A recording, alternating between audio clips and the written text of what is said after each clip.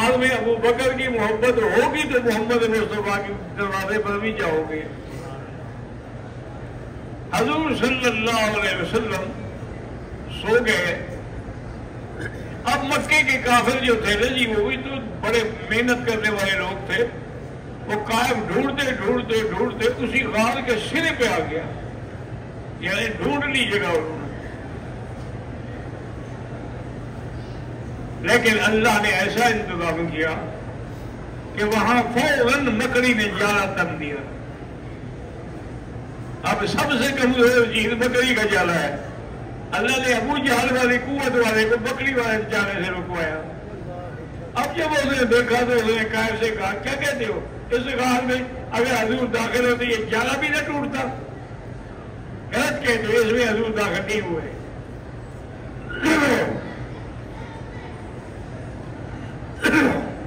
اور حضرت ابو بکر پریشان بیٹھے۔ اسی پر یہ آیت مبارکیں اتری ہے جو میں نے عرض کی پڑھی ہے، اِلَّا تَنْصُرُوهُ فَقَدْ نَصَرَهُ اللَّهُ۔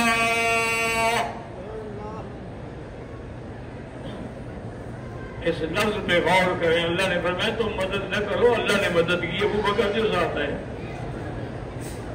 اب پتہ تھا کہ مدد کیسے کی، وہ بھی بتا دیا، ثانی اثنین اذ ہما فی الغار۔ وہ دوسروں کا دوسرا، اصل میں جو تھا بثانی اثنین، تو اس کو کہتے ہیں منصوب بنظر خافض، لیکن ہے ثانی اثنین۔ تو اب ثانی اثنین قرآن کے فرمان کے مطابق ابو بکر کا لقب ہو گیا کہ جب آپ غار میں تھے، اور اس پر آیت میں بھی غور کریں کہ اِذْ أَخْرَجَهُ الَّذِينَ كَفَرُوا، جب ان کو میرے مدنی کو ابو بکر کو کس نے نکالا تھا؟ کافروں نے۔ میں نہیں کہتا، قرآن کہہ رہا ہے نا اِذْ أَخْرَجَهُ الَّذِينَ كَفَرُوا، تو معلوم ہوا کہ جو نہیں مانے گا وہ بھی کافر ہے۔ اسی طرح قرآن میں ہے کہ اذا قیل لهم آمنوا كما آمن الناس، لوگوں ایمان لاؤ جیسے میرا ابو بکر عمر ایمان لائے ہیں۔ اگر ایمان نہ لائیں تو وہ تو ایمان کا نمونہ ہے، انکار کریں گے تو پھر کفر ہوگا۔ تھوڑی دیر گزری، حضور نے فرمایا ابو بکر کیوں غم گزرے، یار سنے اوپر کھڑے ہیں، اگر نیچے نظر ڈالی ہے تو ہمیں دیکھ لیں گے۔ فرمایا لا تحزن، غم نہ کرو۔ تو اس لیے یاد رکھو قرآن پاک میں دو لفظ آتے ہیں، ایک لا تحزن، ایک لا تخف، کہ موسیٰ علیہ السلام کو جب اللہ نے فرمایا وَمَا تِلْكَ بِيَمِينِكَ يَا موسیٰ، تمہارے ہاتھ میں کیا ہے؟ قَالَ هِيَ عَصَايَ، اللہ میری لکڑی ہے، أَتَوَكَّأُ عَلَيْهَا وَأَحُشُّ بِهَا عَلَىٰ غَنَمِي، میں اس میں ٹیک بھی لگا لیتا ہوں، بکریوں کے لیے پھلیاں بھی اتار لیتا ہوں، اور بھی کئی کام لیتا ہوں۔ قال القها یا موسیٰ، پھینکو لکڑی۔ اب حضرت نے جب لکڑی پھینکی فَإِذَا هِيَ حَيَّةٌ تَسْعَىٰ، سانپ بن کے بھاگ رہا۔ حضرت ابو بکر تو ڈر گیا کہ سانپ ہے سانپ۔ اللہ نے فرمایا لا تخف، ڈرو مت۔ یہاں ابو بکر حضرت موسیٰ اپنے لیے ڈر رہے تھے، تو لفظ آیا لا تخف، ڈرو نہیں۔ یہاں اللہ نے یہ نہیں فرمایا کہ لا تخف لا تحزن، میرے نبی کا غم نہ کر ابو بکر، میں جو ساتھ ہوں۔ تو تحزن ہوتا ہے جب دوسرے کے لیے غم کیا جائے، جیسے کہ اللہ نے موسیٰ علیہ السلام کے پیدا ہونے پر ان کی والدہ کو فرمایا تھا کہ لا تخافی ولا تحزنی، تم آپ خود بھی نہ ڈرو اور اس کا غم بھی نہ کرو، جو میرا حکم ہے چھوڑ دو دریا میں جانوں گا موسیٰ جانے۔ اور یہاں کتنی بڑی نصیب کی بات ہے، فرمایا ان اللہ معنا، اللہ ہم دونوں کے ساتھ ہے۔ جب فرعون کی فوجوں سے نکل کر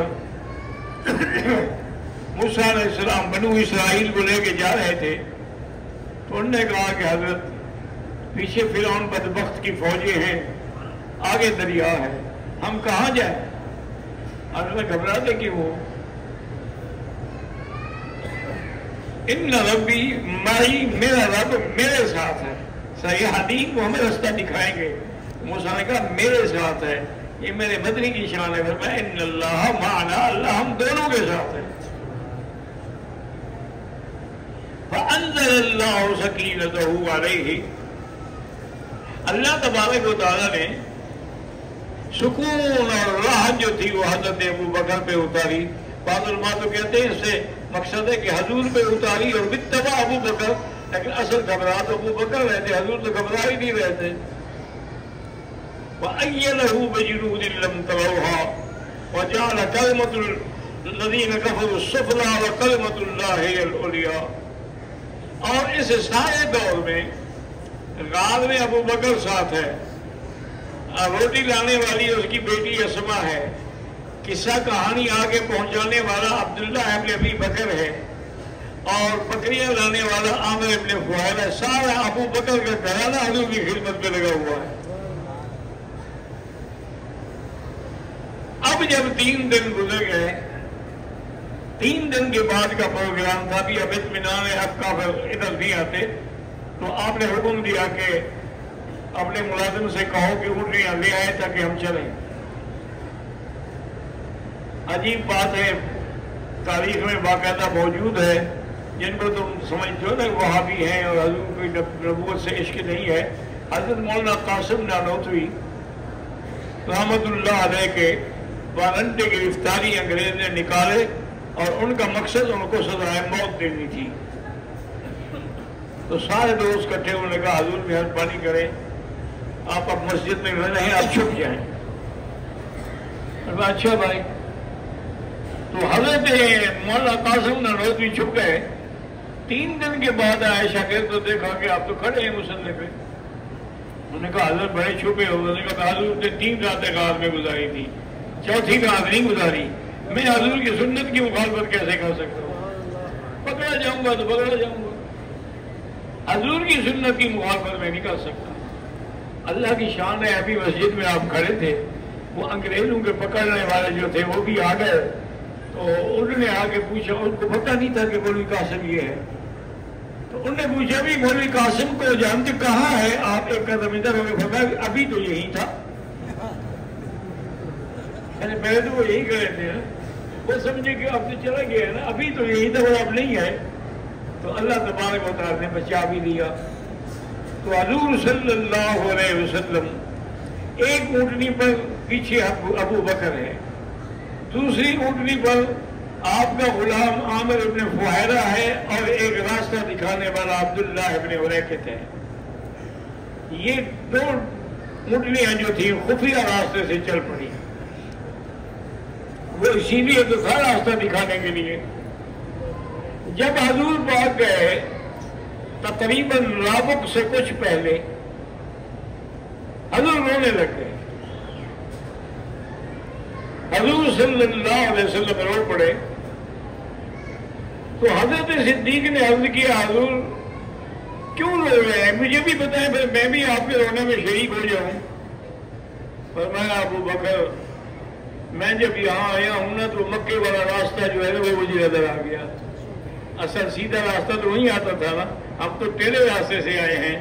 تو اس راستے کو دیکھ کر مجھے کعبہ یاد آ گیا کہ آج میں اللہ کے گھر کو چھوڑ کے جا رہا۔ ابھی حضور کے آنسو نہیں تھمے تھے، اللہ نے جبریل بھیجا کہ جا کے میرے مدنی سے کہہ دو ان الذی فرض علیک القرآن لرادک الی معاد۔ اللہ نے فرمایا میرا مدنی جس رب نے تجھ پہ قرآن اتارا ہے وہی رب تمہیں پھر مکے میں لے آئے گا، کیوں گھبراتے ہو؟ اگر قرآن کی وحی کوئی دنیا کی طاقتیں نہیں روک سکی، تمہیں بھی مکے میں واپس آنے سے کوئی نہیں روک سکتا۔ اب حضور کا اطمینان ہو گیا، حضور خوش ہو گئے۔ جب آگے گئے تو قبیلہ بنو مدلج ایک بڑا قبیلہ ہے، ان کا سردار تھا سراقہ۔